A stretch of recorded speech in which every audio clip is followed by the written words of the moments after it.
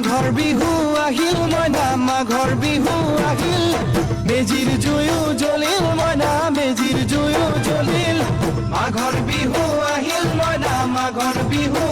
নমস্কাৰ, আপোনালোক সকলোকে মই পুনৰ স্বাগতম জনালোঁ। আজি মই ওচৰৰে ভণ্টি এজনীৰ ঘৰত পিঠাগুড়ি খুন্দিব যাব ওলাইছোঁ। এয়া চাউল লৈ লৈছোঁ, এইফালে ছোৱালীকো লগত লৈ লৈছোঁ। তাই মই দুইজনীয়ে পিঠাগুড়ি খুন্দিব যাব ওলাইছোঁ।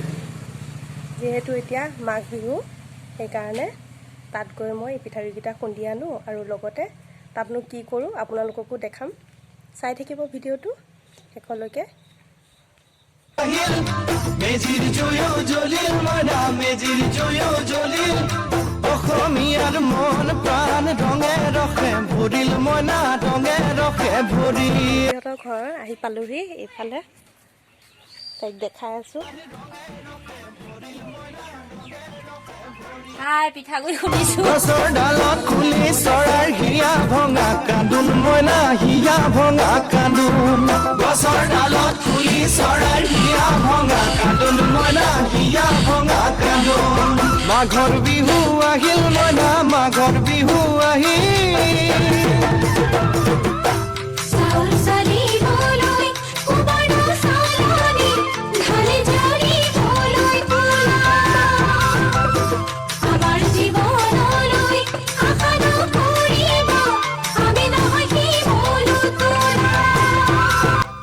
এইফালে এয়া ওচৰৰ খুৰী হয়, তেওঁ চাউল ভাজি আছে। লগতে এয়া ভণ্টিয়ে কৰাইগুড়িখিনি উঠাই আছে, ঢেঁকী যে দাঙি আছে। এইগৰাকীও আমাৰ ওচৰৰ খুৰী হয়।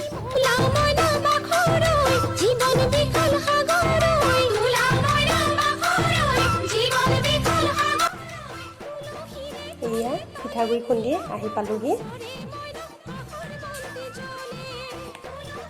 আজি আকৌ বহুদিনৰ মূৰত মই ঢেঁকীত পিঠাগুড়ি খুন্দিলোঁ। কম চাউল হ'লে সাধাৰণতে মিক্সিতে খুন্দা হয়। বিহু হ'লে সকলোৱে যেতিয়া মিলি একেলগে পিঠাগুড়ি হওক জলপান হওক খুন্দা হয়, তেতিয়া ভালো লাগে। সেইকাৰণে আজি মই ওচৰৰ ভণ্টিৰ লগতে পিঠাগুড়ি খুন্দিলোঁ। পিঠাগুড়িখিনি এনেদৰে মই ডলা এখনলৈ লৈ লৈছোঁ। এইখিনি ৰ'দত ভালকৈ শুকুৱাই ল'ম। আজি মই বৰপিঠা বনাবলৈ লৈছোঁ। পিঠাগুড়ি যে খুন্দিছিলোঁ, সেই পিঠাগুড়িখিনি মই ভালকৈ ৰ'দত শুকুৱাই ল'লোঁ। তাৰে মই আধা এই বাতিটোত লৈ লৈছোঁ। লগতে এগিলাচ পানী লৈছোঁ, মিঠৈ 1 কাপ, গাখীৰ আধা কাপ, এইফালে 1 চামুচ বেকিং পাউডাৰ লৈছোঁ, চব আধা চামুচ, এই সৰু চামুচ পাতত ইলাচিৰ গুড়া 1 চামুচ লৈছোঁ। এই বস্তুখিনিৰে মই আজি ৰেচিপিটো বনাবলৈ আৰম্ভ কৰিম। এতিয়া এই গোটেইখিনি ইয়াত মই মিক্স কৰি ল'ম।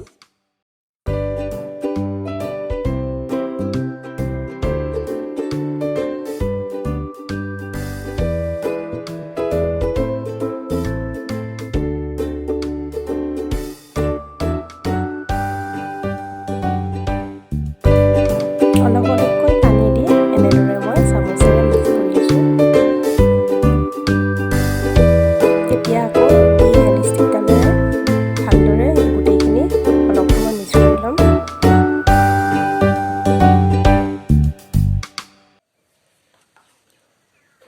এইখিনি এতিয়া হৈ গৈছে।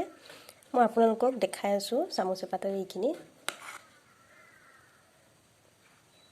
এই পিঠাৰ কাৰণে ইমান জোখতে পানীটো দিব লাগে। বেছি ডাঠো হ'ব নালাগে আৰু পানীটো বেছি পাতলো হ'ব নালাগে। এইটো জোখত ৰাখিলেই হ'ব। এতিয়া মই এই মিশ্ৰণখিনি 20 মিনিটৰ কাৰণে ঢাকি ৰাখিম। 20 মিনিট হৈ যোৱাৰ পাছত মই এই ঢাকোনখন উঠাই লৈছোঁ। এই মিশ্ৰণখিনি এতিয়া ৰেডি হৈ গ'ল। কেৰাহী এখনত মই পিঠাকেইটা বনাই ল'ম। কেৰাহীটো গৰম হোৱাত ইয়াতে মই তেল দি লৈছোঁ। আপোনালোকে মিঠাতেলৰ সলনি ৰিফাইন তেলো ব্যৱহাৰ কৰিব পাৰিব।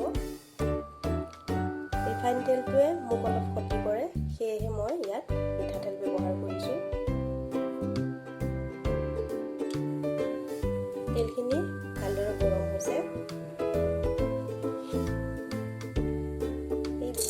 হাতেৰে মই দি দিছোঁ। পিঠাটো লৰাই থাকিব নালাগে, নিজে নিজে ওপৰলৈ ফুলি আহিব। গেছটো মই এতিয়া মিডিয়ামত ৰাখি দিছোঁ।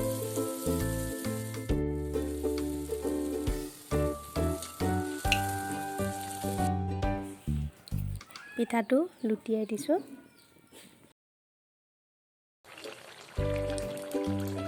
তেলখিনি ভালকৈ গৰম হোৱাৰ পাছত অলপমান মিডিয়ামত ৰাখি পিঠাটো ভাজি থাকিব লাগে, নহ'লে তেলটো দেই যাব।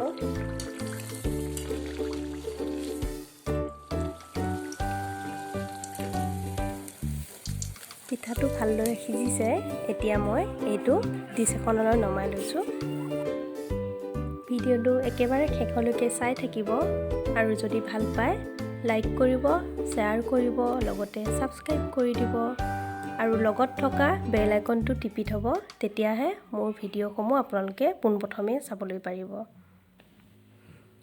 বাকীকেইটা পিঠাও এনেদৰে মই বনাই ল'লোঁ। এই বৰপিঠা খাবলৈ খুবেই ভাল লাগে। আপোনালোকেও মই যেনেকৈ দেখাইছোঁ এনেদৰে ঘৰত বনাই খাব আৰু কেনে পালে মোক জনাব। সকলোলৈকে মোৰ ধন্যবাদ থাকিল।